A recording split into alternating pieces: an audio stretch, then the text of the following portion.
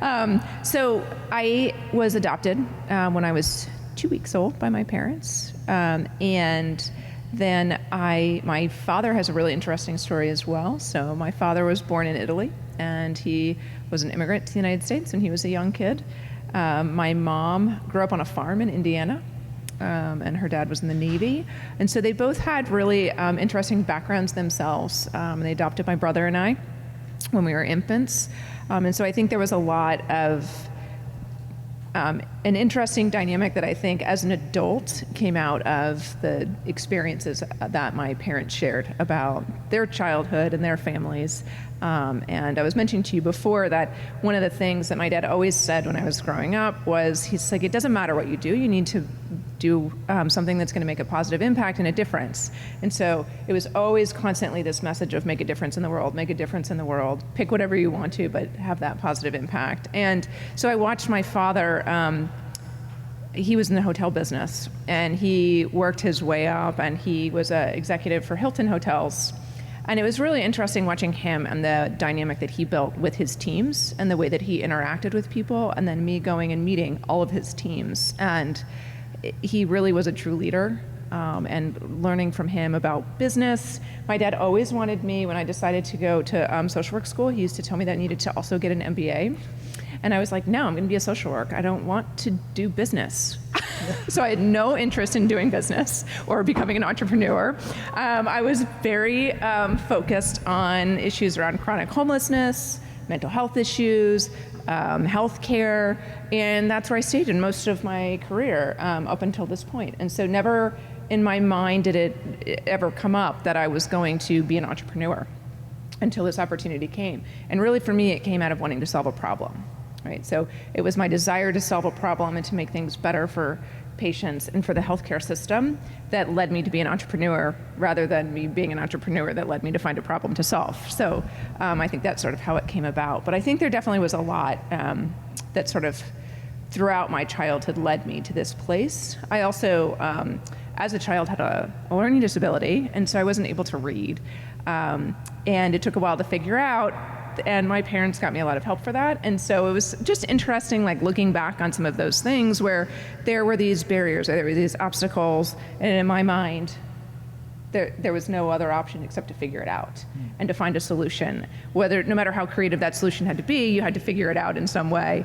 And so there was just a lot of positive influences, I think, from my parents and from the teachers that helped me through that sort of led me to this place of just finding solutions, no matter how creative or out of the box they have to be, that, if the straight narrow path wasn't going to work, you were going to find another way. So you never thought you were going to be an entrepreneur? No. And you worked for 17 years in the healthcare industry. Mm-hmm. So it's such a risk to leave that and go and join a company. Yeah. So what was about XFERALL that made you do that? And so this was a problem that I had started trying to solve for years before. So I was running an emergency psychiatry team in our ER and an inpatient psychiatry unit.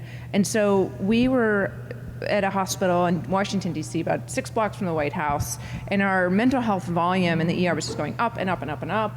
And so we'd come in and we just have like lines of stretchers in the emergency room with patients just waiting and trying to place these patients. And so at that point, I was working with the health system to find individual solutions. And so I was writing proposals, I was going to our data analyst to draw me data. I was like starting to learn this process of I've got to have data and numbers and metrics in order to convince the health system why we should get resources in order to solve this problem. And then I'm going to have to draw data to show that it's actually working, so that we're spending these resources to make a positive impact.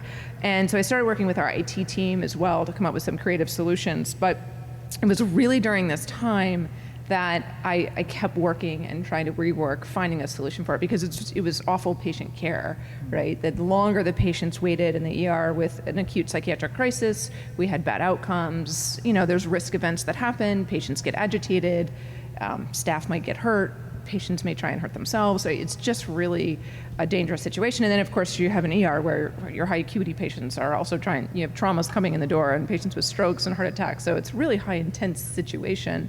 And it was, not only was it bad for the patients, it was extremely costly, the process. And so I was very involved with how are we going to fix this? And then what I realized was, this is not just this hospital. This is a national problem. Every hospital is experiencing this. And that really, it's a system level solution, right? Even if I made it a little bit better at my hospital, unless we fixed the way the entire system and network was working, we weren't really gonna be able to fix it. And so I connected with some people at the hospital, and that's how we were able to propel this to the next phase. So can you talk about your co-founders and also how the company came about, and also Sure. what the solution is? What does XFERALL really do? Yeah, definitely. So the CEO of our company and I became good friends, and he's on the IT side of things, and so he had brought up this initial idea of how to transfer these patients around more efficiently on the medical side, because you also have a situation where if somebody shows up at a small critical access or a small rural hospital or a hospital that doesn't have sort of the trauma centers or burn centers, those patients also have to really quickly transfer, right? Because it's a life or death situation, and the faster you can get that patient to that high acuity trauma center, the better their outcome's gonna be. So right now the process is you're just calling around making phone calls. So he said, we should automate this. And so I, at that time, said, we need to automate this for behavioral health because I'm experiencing the same problem. So at that time we came together and decided, we should do this. We should create this. And he has a lot of experience in developing EMR platforms and working for technology companies, because in healthcare, he's done that his entire career. And he was connected with some other people he used to work with as well. And so he went and got those other two folks, and himself and myself, and then we decided that we were gonna launch this company. So the first year or so was really just building the platform and the basic design, so that we could do our beta test. Did you still have your job? I did. Okay. Yes. So is your recommendation to people to keep your job until your company is off the ground, or? Yeah. So I think that we had to phase it out, right? And I think we had to make some decisions about how we were going to take money, how we were going to spend that money, who should leave their job first, who should leave their job next. Of course, we had to have a developer, right? And so we had to have somebody who was full-time, and that's our CTO. And so he was the first person who was full-time, right? I didn't need to be a paid employee while we were developing a platform, right? There was nothing really for me to do at that time. After that, we had to make some other decisions, right? And it really, I think, this is just my experience from what I've learned, but everybody's in a different position for what they can do financially as well, right? So I think some people are able to say, I'm gonna do something full time for a year or two, and they don't have to have income. I was not in that position. So, we had to wait for as long as we could, but then we needed to launch, and we needed to go do beta testing. And so at that point, I quit my job.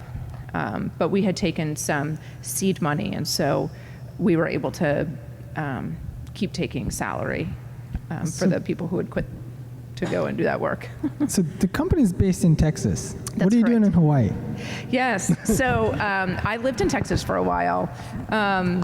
My intention was always just to stay here full time, but to launch the company, we really needed to have somebody who, it didn't matter where our developer was, he happens to live in Austin, and that's where our company is based. To launch this type of platform, we had to build networks. And so I have to have multiple hospitals on in a region, and then I have to expand those networks for the technology to really work.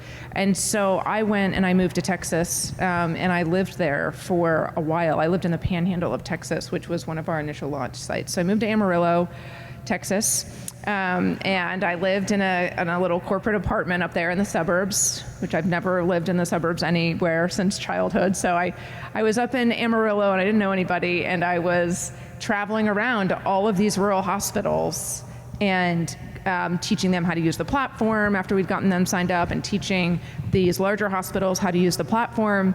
And that was our beta test. And so I drove all over the panhandle of Texas, miles and miles and miles through like rural areas, and worked with these healthcare providers to trial our launch. And the reason why we chose that area was because rural areas have a really hard time with healthcare. There's so much distance between all of these hospitals. There's a lot of hospitals that are closing down in rural areas.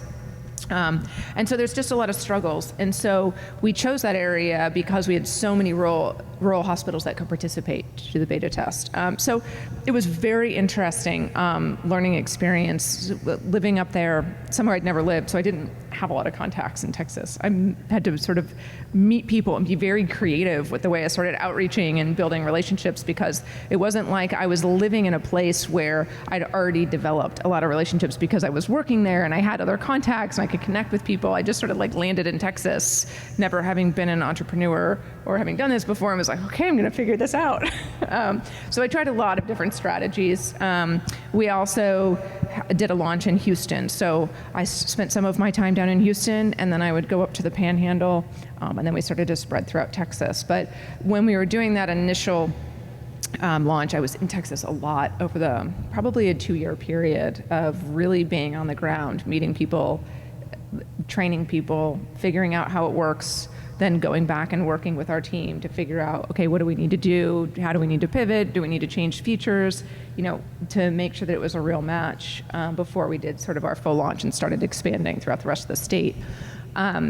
It's a lot of remote work now. So we do have on-site visits with our staff where we'll go to the facilities and we'll have meetings, but we do a lot of video conferencing and meetings like that. So for me now, and for my co-founders, we can really be anywhere and work. And then even for our staff, we don't, they live in various places where they can travel when they need to, and then we use video conferencing for a lot of our work.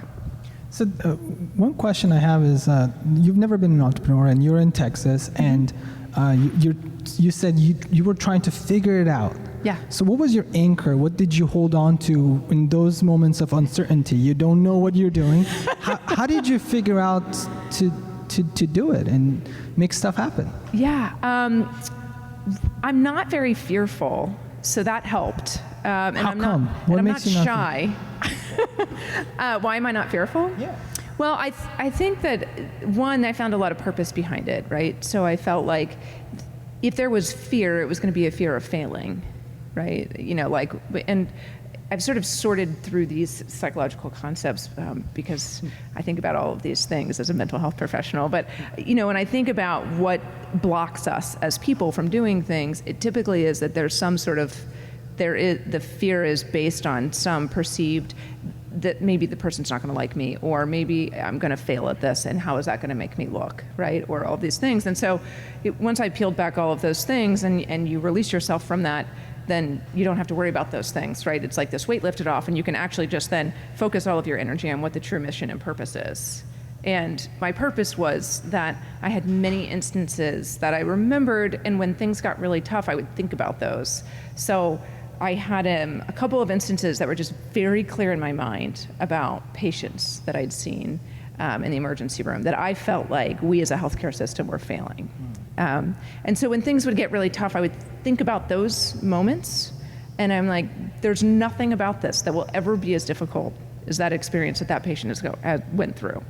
And it would push me through and make me find another creative solution, or find a different way to do something, or find an energy in myself that maybe I didn't know was there to sort of keep propelling that forward. But I think that was a lot of what it came down to. And I also feel like working with patients as well, there was just these things that I learned from working with patients for so long. So I worked with the chronically homeless population, and I worked with the patients who had serious addictions, and patients who had serious psychiatric problems. And you had to be very creative in the way that you create solutions and help work with people, right? Because they're struggling in this incredibly intense environment with like every barrier against them, right? So I feel like all of those years of trying to help my patients find solutions and work with them sort of gave me this perspective of like, when it was, a startup, I'm like, well, first of all, the stakes can be high because it's business and there's a lot on the table, but the stakes are never as high as when you feel like you have a patient's life on your hands. And so to me, I was able to have this perspective of, this is really cool and we're doing something amazing, but it was never as stressful as when I was treating people who were acutely suicidal or acutely psychotic, right? So I think that there was a lot of I always had to think outside the box when I was trying to treat patients and find solutions, because the system is not always set up in a very clear, organized way. And two, I just found that there was like an ability to push through because there was a deeper purpose, right? It wasn't just about building the business. It's really about the fact that there is a mental health crisis and a suicide epidemic and an opioid epidemic going on. And I feel very passionately about being able to be a part of that solution in some way. And is that running through the company, that you are a mission-driven company? Yes, I think that for all of us, we talk about it a lot. And the people that we've hired are very dedicated and mission-oriented. And so it's something that I feel like they talk about a lot too now. And it comes up in the conversations a lot about how the various people are passionate about different things, right? But there's a lot in the healthcare system that, one, the patient care, of course, is paramount to making sure that we're helping patients get the care they need, but then also doing it in a way that's not costing tons and tons of money. So a lot of the ways that things are done right now is very inefficient from a cost perspective for hospitals, and they could be using those monies to do to provide better patient care, right? And so I think that we're all very passionate and mission-driven about those aspects, for sure. That's awesome. So I want to move into fundraising. So you guys raised $2 million last year to expand. So walk us through the process. How did you raise that money? Where did you raise it from? What was that process like? Sure. So I was somewhat involved in the fundraising or the investment rounds, but that's not my primary task with the company. Our COO and our CEO mostly are handling that. When we did our seed round and we ended up on our next round as well, going with private investors, and did not go the VC round. We did talk to some VC groups, and we did present and do some pitches, but it just turned out at the end of the day that we were able to get money from other sources in order to fund our business. And our seed money, we all had friends who ended up giving us money for the company, which worked out really well. So we just knew people who were willing to invest.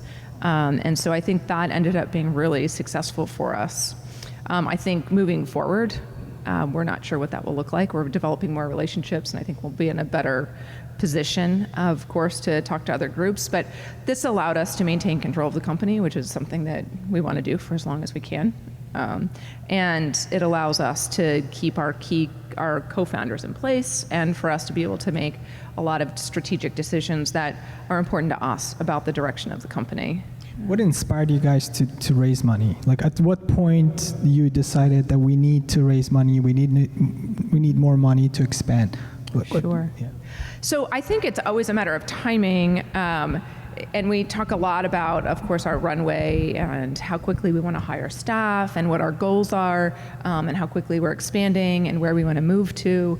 And so we constantly take a look at that, and that's really what drives our needs. So we knew that in order to really move and expand throughout Texas and then start to expand into other states, that we were going to have some investment money.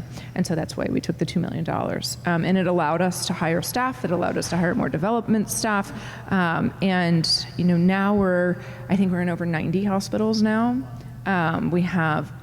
We're implementing and having hospitals go live on a consistent basis.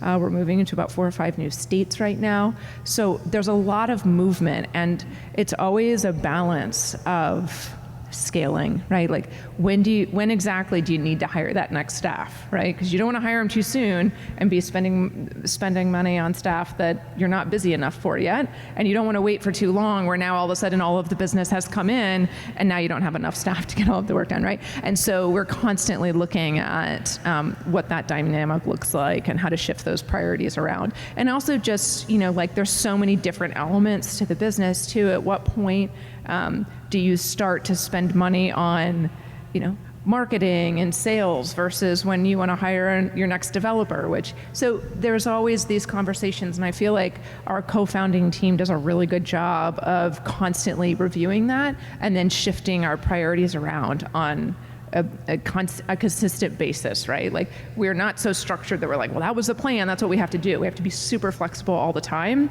and at any moment sort of ready to shift based on what the company's needs are or what our customers' needs are. Because you may get a customer next month and you're like, okay, well, we got to shift a little bit because this is an important customer and we're going to have to do this now. So that's what's nice about it being small, though. We're like very agile.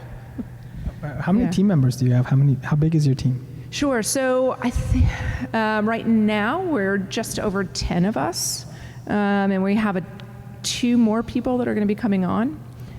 So it's pretty. What's cool about a small team, and I think this is true, right? Is that it's almost like the more people you add, you get less and less done per person that you add, right? So like when you have a small team, you can get a ton done.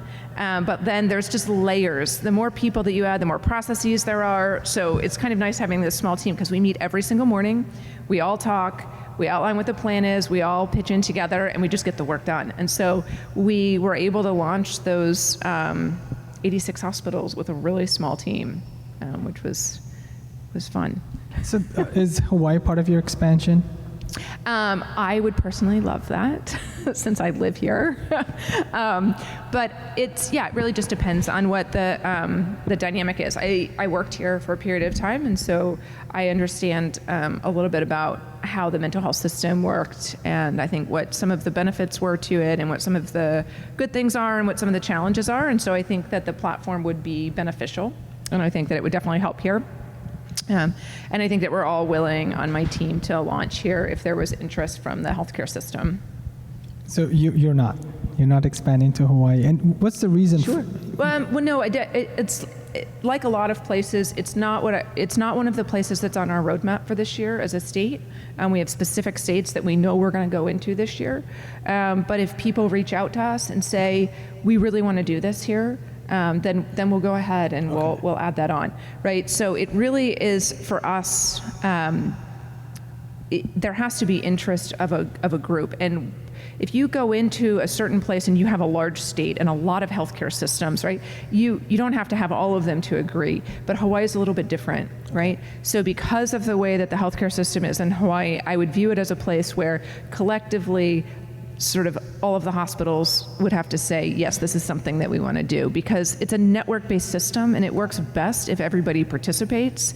If you get into a large metro area and you have a lot of health systems, you can go in and you can launch without everybody participating at once, right? But I think that the dynamic is a little bit different here because you really have 3 large health systems and you have a few inpatient psychiatric facilities. And so for it to work, it would really have to be sort of a collective decision that this is something that they want to do.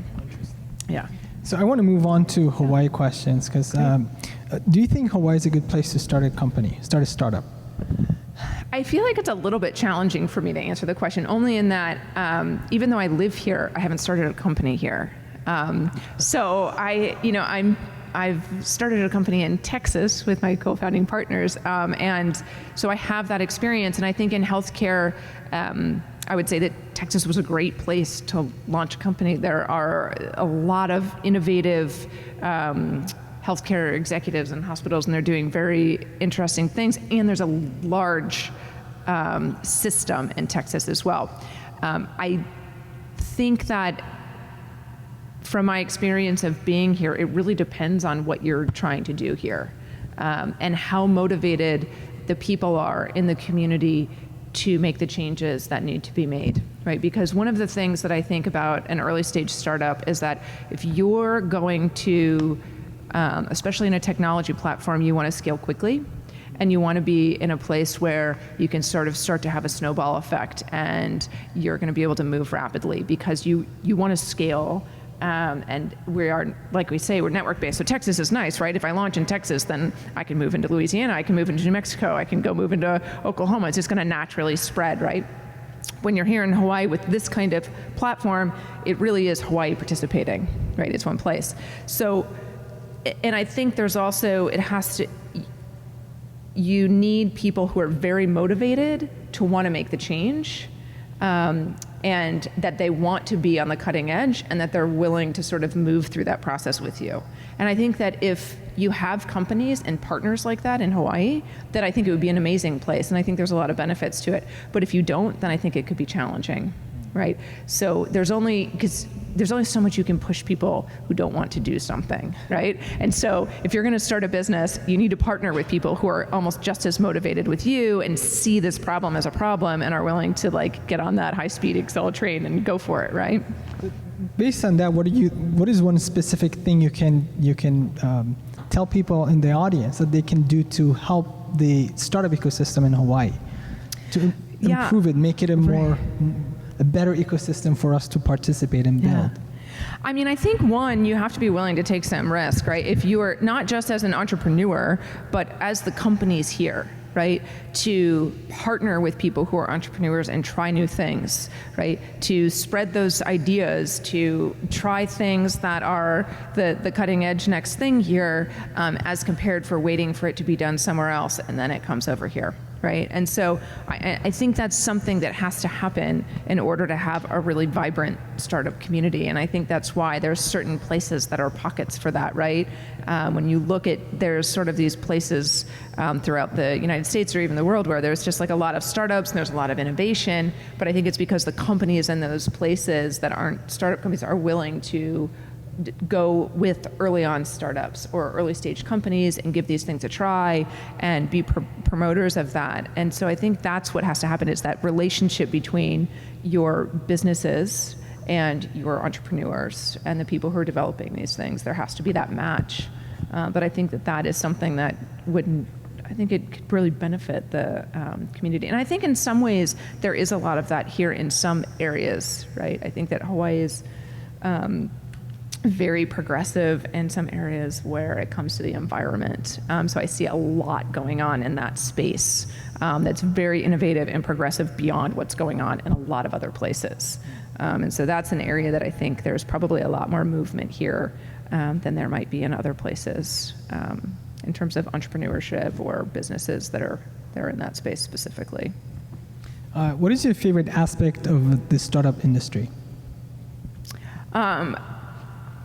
I love the creativity and the ability to constantly be thinking of new ideas. It just sort of never ends. Like I'm constantly in this space where I'm like, oh my gosh, I just had an idea, right? And then like all of the team is texting and chatting each other and they're like, we could add this new feature, and then if we did this, we could do this, and then that would happen, and then that would fix this problem. Or you get an idea from a client and then you release it and you see how impactful it is. Or our results came in from last year in terms of how much we were able to reduce patient transfer times, which was it was much more than I expected what we were going to be able to accomplish in the first full year of a launch. So those kinds of things are so exciting.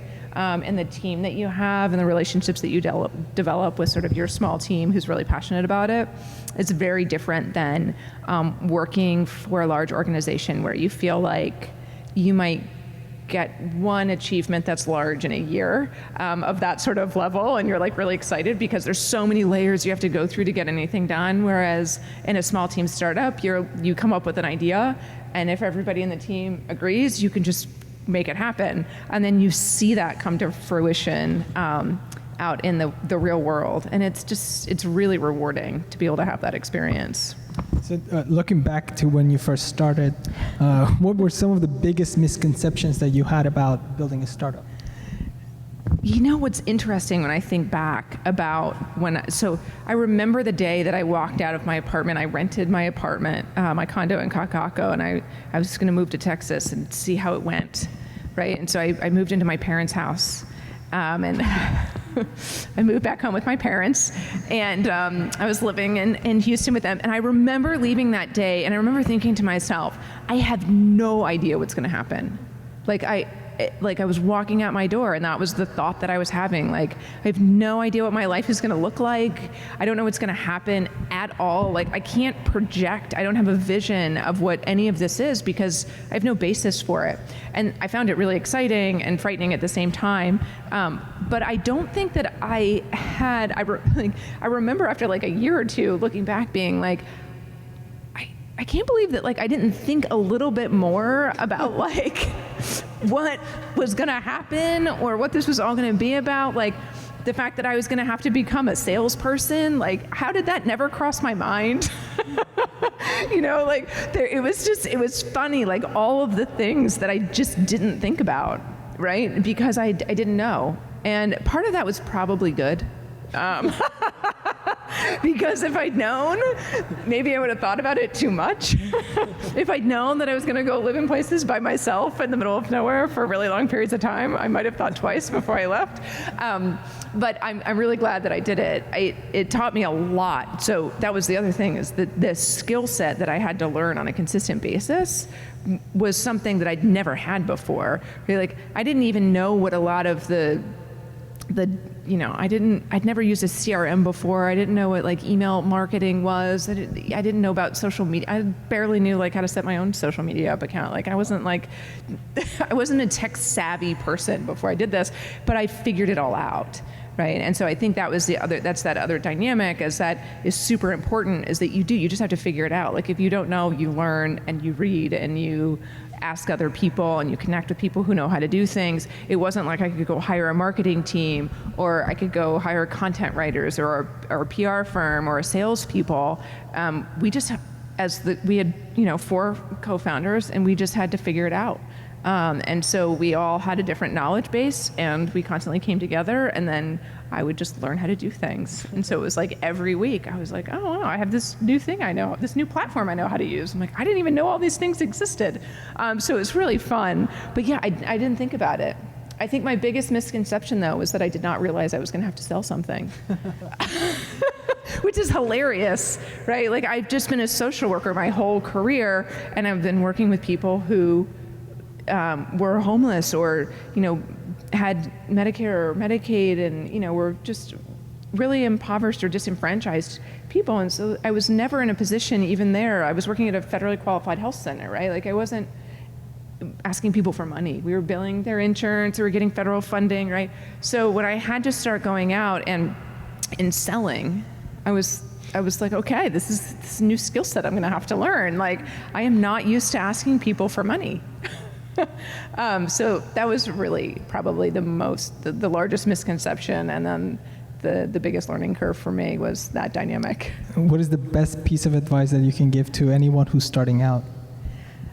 Oh man,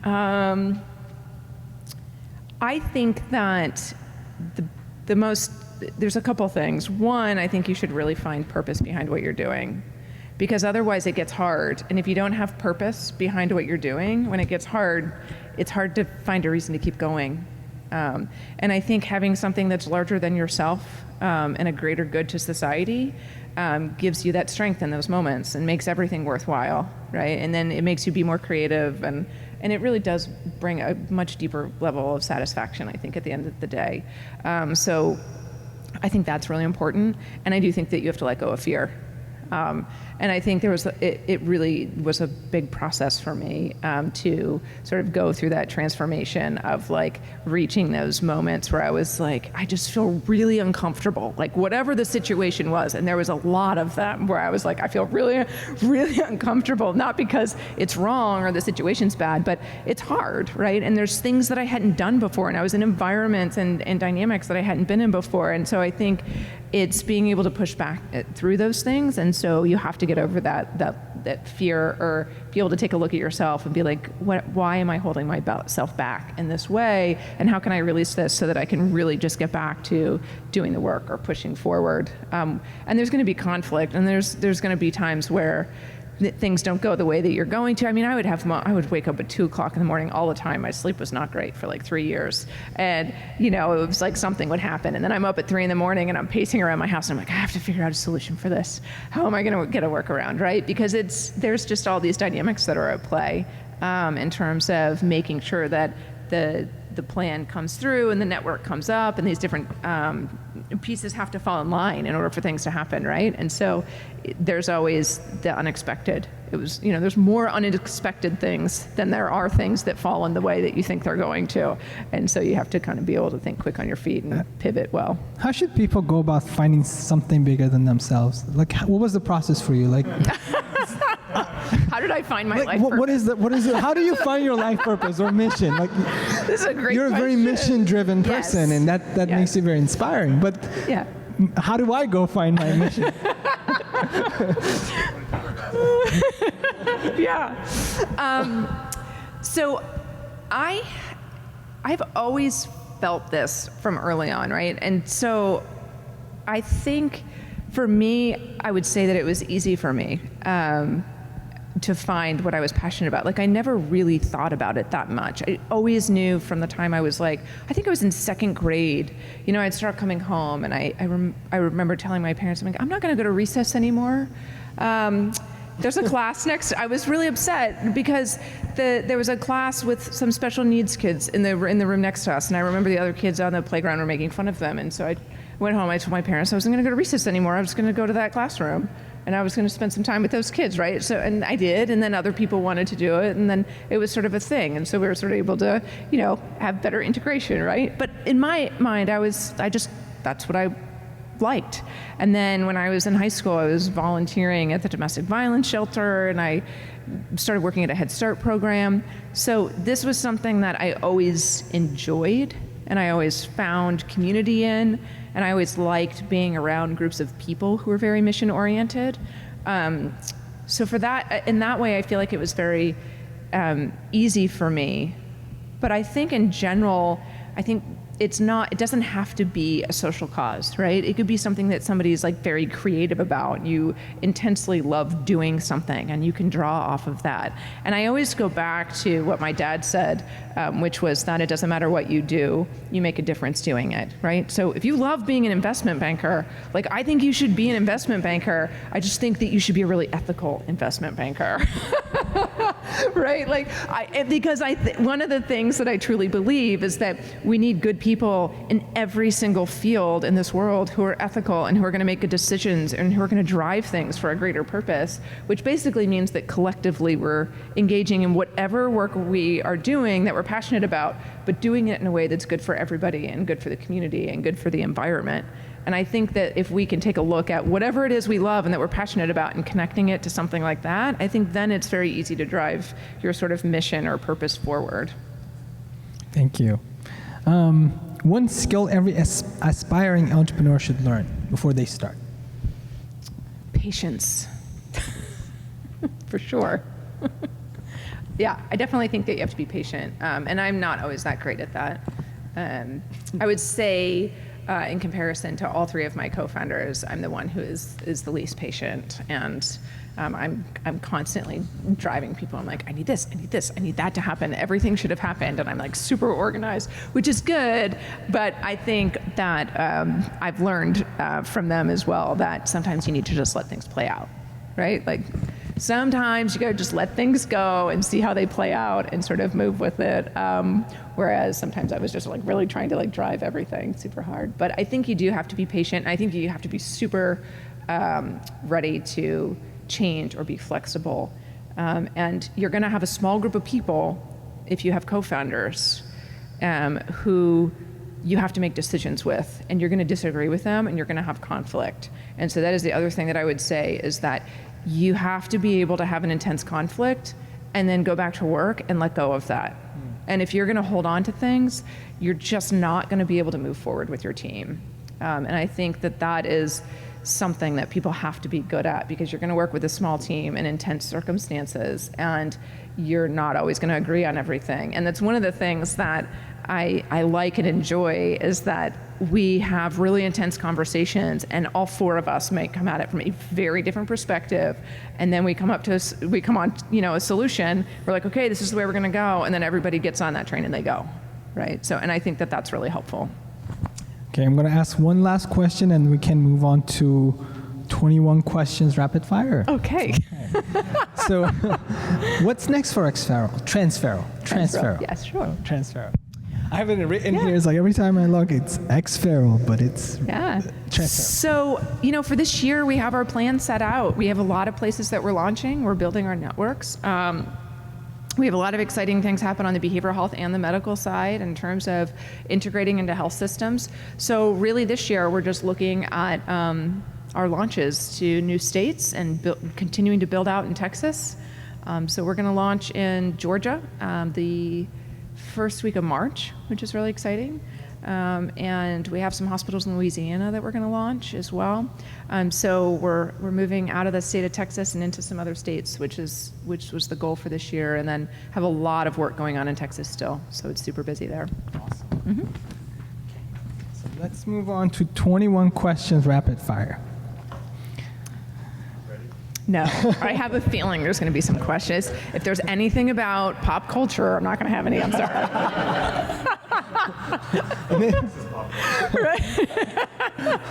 We'll open it for questions after. Cats or dogs? Rabbits.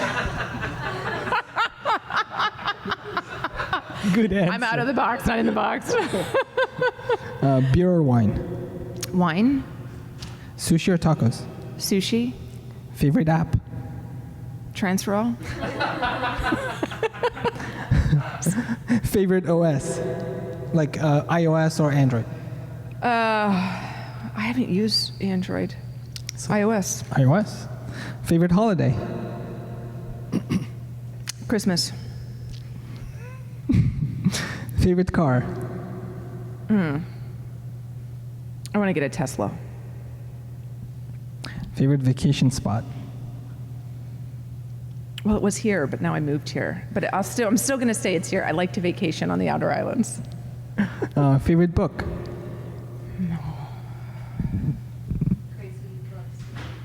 Just good. I would say Anna Karenina by Tolstoy. But I did like that one as well. Yeah, I'm going to go with Anna Karenina. Favorite movie or TV show? Okay, this is a hard question. I don't know what my favorite movie is. I don't watch TV. I did recently watch a show, which was the first one in like a decade, I think.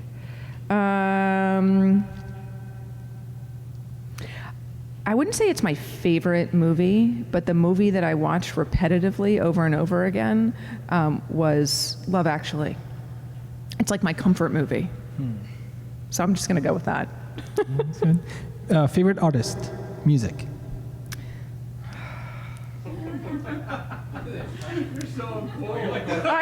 No, I'm not cool. Why aren't you asking me like what my favorite like psychological theory is? What is your favorite psychological theory?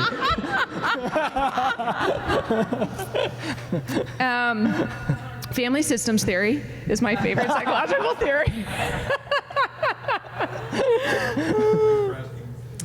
Yeah, thank you for asking. Your go-to karaoke song? Oh, I cannot sing karaoke. It's devastating. It's just so bad. Summer can tell you, it's really bad. Anything you collect? What'd you say? Rabbits. Rabbits. No, well, when I was a kid, I did have like 18. They started reproducing in the backyard in Texas. But I don't think so, actually. Okay. No. Any unusual skills or talents? I played the trumpet for a while. It's not unusual, but I still have it. I break it out every once in a while and play. Yeah. Yeah. I will later. Your top strength in business?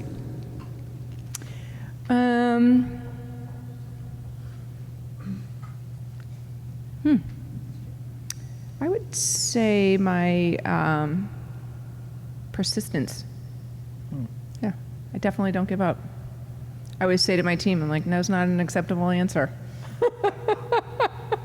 We're going to make this happen. We're going to find a way. So yeah, definitely is persistence. What was your first job? I worked taking care of the pool at the Marriott. Yeah, I did. What profession other than your own would you like to attempt?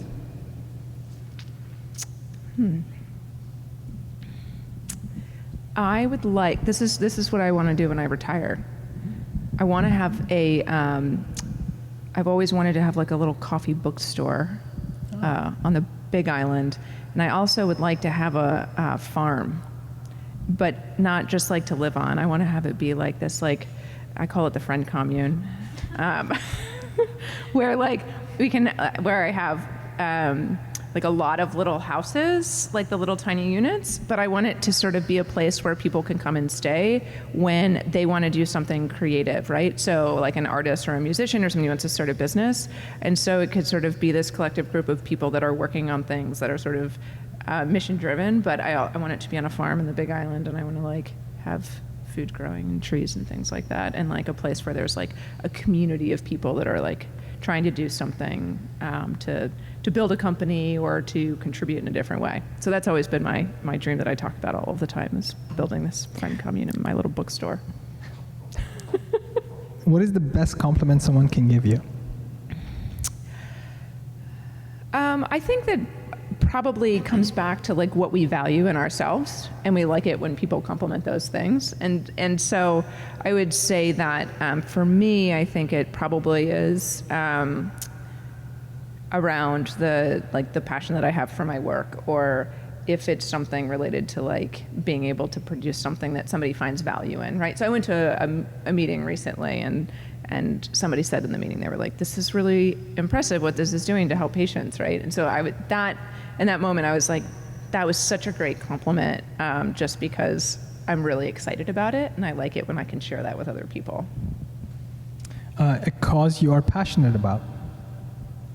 I think just, it's not, well, I'm very passionate about mental health and that space, because I see the benefits. I think I've seen the downside of how much people struggle, and then when people are able to release a lot of those agitating feelings that come from being in a bad mental health space, and being able to heal from that, just to be able to sit with a sense of inner contentment or peace when you've felt such agitation or anxiety, or people who have struggled with wanting to kill themselves or have PTSD, it's so painful. And so I'm very passionate about helping people find a space where they can feel good within themselves and in their communities, and connecting to other people in this positive way in the world. But I think in general, I would say anything that helps, people feel better and the world be healthier, I can get behind. Who are 5 people, alive or dead, you would want to have dinner with? 5 people. Nelson Mandela. I would have loved to have had dinner with him. I'd like to have dinner with Barack Obama, and Michelle. So it's an open invitation. If you're ever here, I know you had dinner down the street from where I lived. They're more than welcome to stop by my place and have dinner. Who else would I like to? Justine, for sure.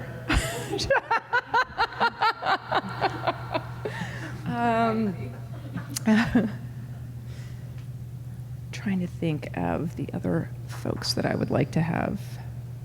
Do they have to be famous, or just like random people who I think it'd be interesting to meet Oprah. Okay. She's done some really interesting things. I would like to meet Ellen too. I think she's hilarious. Talk show hosts, a couple of them. Presidents.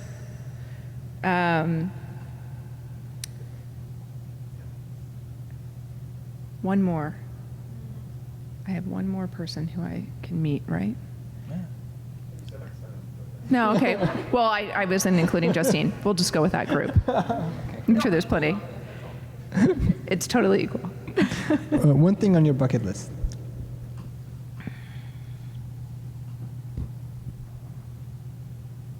I feel like I've done so many things that were on my bucket list.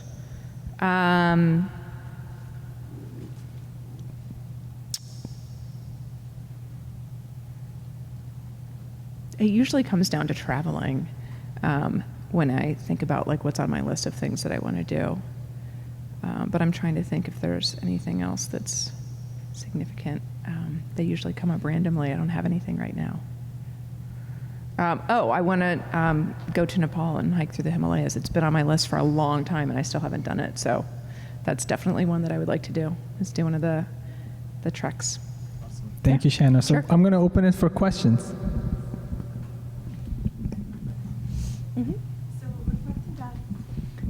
Thank you. First off, learned a lot.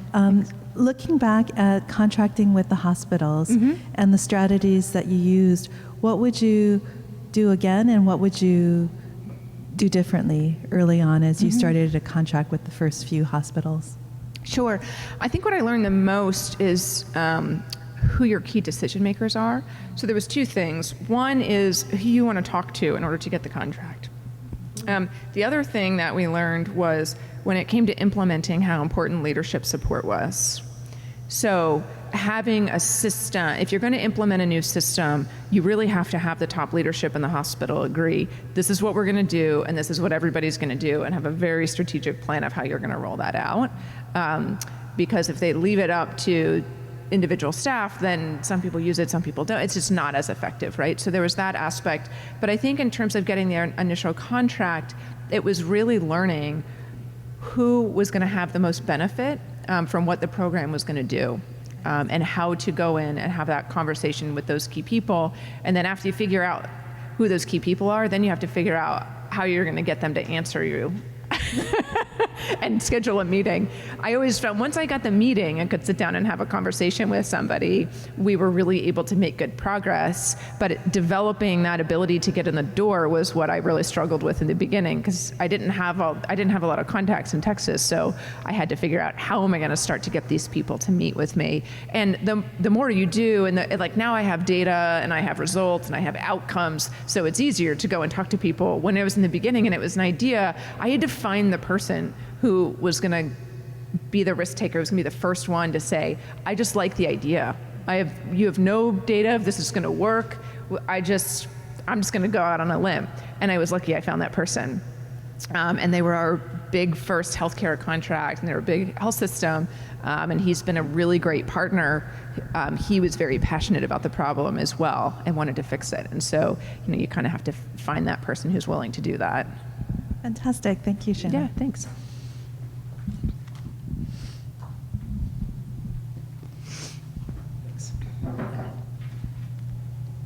First, thank you so much. That helps a lot.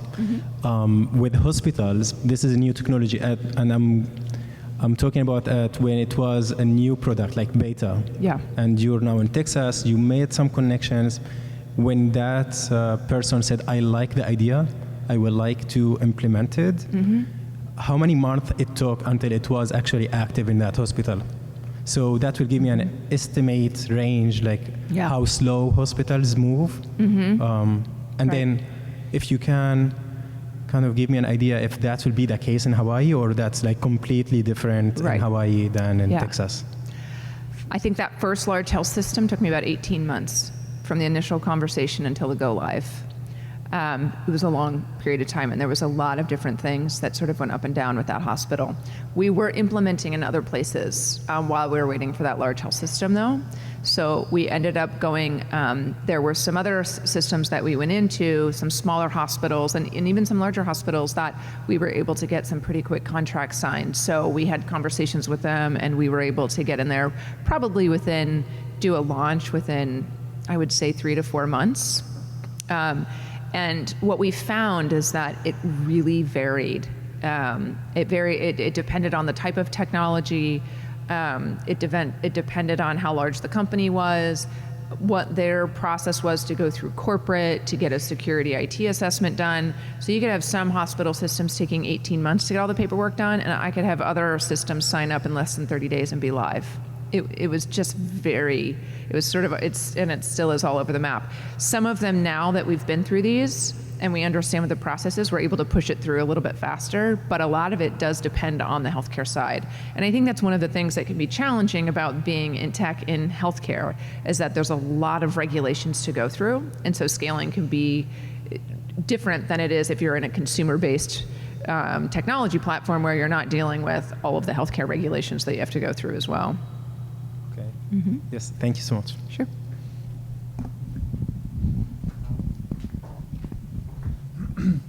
I'll take this opportunity to, maybe you won't give me the mic again after this, but on February 26th, we're having PBS, we do a partnership with PBS to talk about serious issues in Hawaii, and February 26th, we're talking about serious mental illness. And we're having stakeholders in the community come together after the discussion. It's a documentary called Bedlam, Yeah. And then after that, we're having a community discussion and invite you and everyone here who's interested to come to that February 26th. And we'll be announcing it further. But my question is, I would like to know, if you have one on the top of your head, a failure bow that you have that you can share with us to let us know that you're still human. Yes, I'm definitely still human.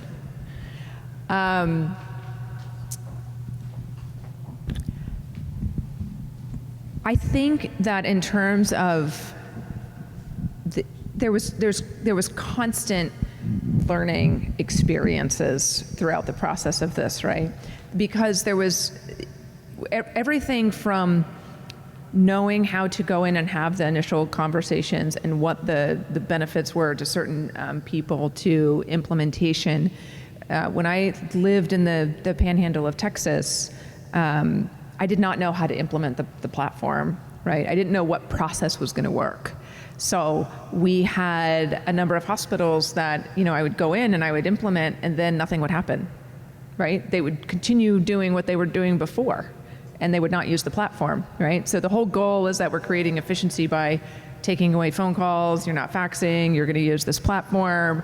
And so we thought, this is going to be great, right? We're going to go in here and we're going to give this to people, and they're going to think this is the best thing that ever happened to them. They have to pick up the phone, and everybody's going to use this. We were wrong. We were very wrong, because it was about behavior change. And that's what I was saying, when you have to get leadership support. We thought that it was going to be so much easier for the end user, that as soon as they had access to it, they would just automatically use this all of the time, and instead of make the phone calls. And our hypothesis was incorrect. It did end up that when we were able to figure out what we needed to do to fully implement, we did get the results that we wanted. But we had a very wrong hypothesis of how we were going to be able to implement. And so there was a period of a good 6 months where I was just constantly racking my brain. I'm like, I don't know how I'm going to get people to use this. Is it the environment that we're in? I was talking to users. I had a couple really good implementations, and then I had some that were just like total flops, and nothing happened. And so those were really humbling experiences and moments. But I think the benefit of that is that you learn what the problem is, right? You learn what that user experience is and what people need, and how to help shift behavior in people. And also that just because something is going to help in the end, you may implement a technology, or you may have something that's going to make somebody's life easier, but they may not just go ahead and do that right away, right? And I had to take this step back, because after like 6 months, I'm like, I know this. I'm a therapist. I know that people don't just do what's better for them. Otherwise, we would all be making changes all the time that were better for us. We continue to do things that are more difficult and that are painful for us, and we repeat those behaviors over and over and over again, right? And so I had to go back and sort of remember those things, and then be like, okay, wait a second. It's behavior change. People will do whatever they've been doing, even if it's not working, until you're forced to change. And so that really shifted my perspective. And once we learned that, the way that we started implementing and working with health systems was different, and we ended up getting a lot different results. So. Last question. Yeah. It sounds like you're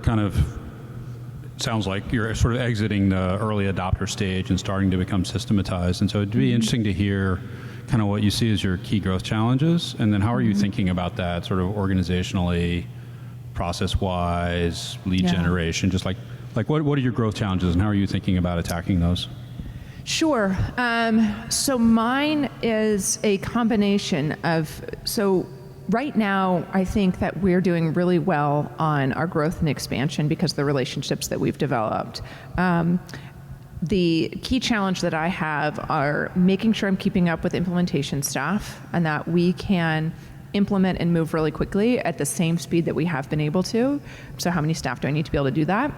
And also that we are pushing out our features as quickly as we need to. So there's just a lot of things that I'm learning, and I think this feature is going to help this, and we're going to be able to do this with this, right? And you start to work with various different groups, and so you have to determine My co-founders, I constantly are having these conversations of where do we want to scale and what should we focus on so that we're not overwhelming ourselves in all of these different areas. Because I think it's easy. You get so many requests and then you think we could do this and we could do this and we could do this, right? But you have to stay really focused on what your key area is, because otherwise you're just going to be all over the place, right? And so I think that's the thing that we have to work the hardest on, is constantly coming back and being like, what is our priority? And let's make sure that we do that. And we need to stay at it has to be a true crisis for us to divert from this plan, because otherwise we're never going to get anything truly done to move forward. But that takes a lot of focus, because there's all sorts of competing priorities, and everybody wants something more, like if I'm working on something, I feel like it's a priority, and if somebody else is working on something, it's their priority, right? So we have to manage that.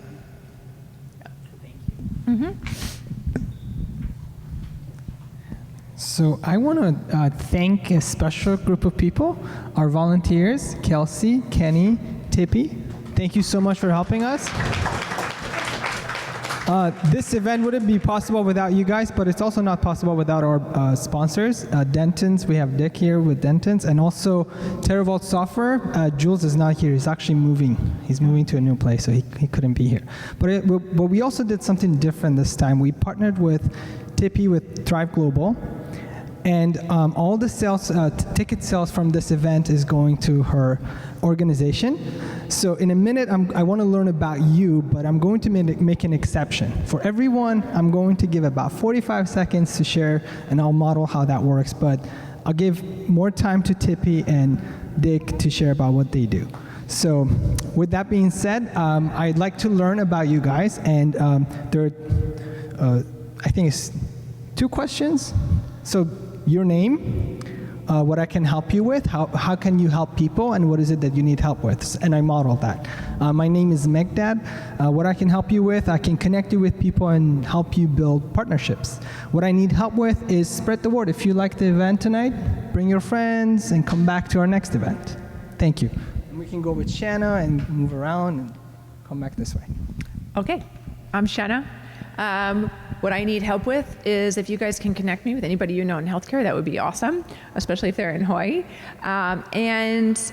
If you guys have any questions about my experience, or if there's anything about the experience that I've had moving from knowing nothing about being an entrepreneur to being part of a team that's grown this company, please let me know. I'm more than happy to meet with you and share what I've been able to learn.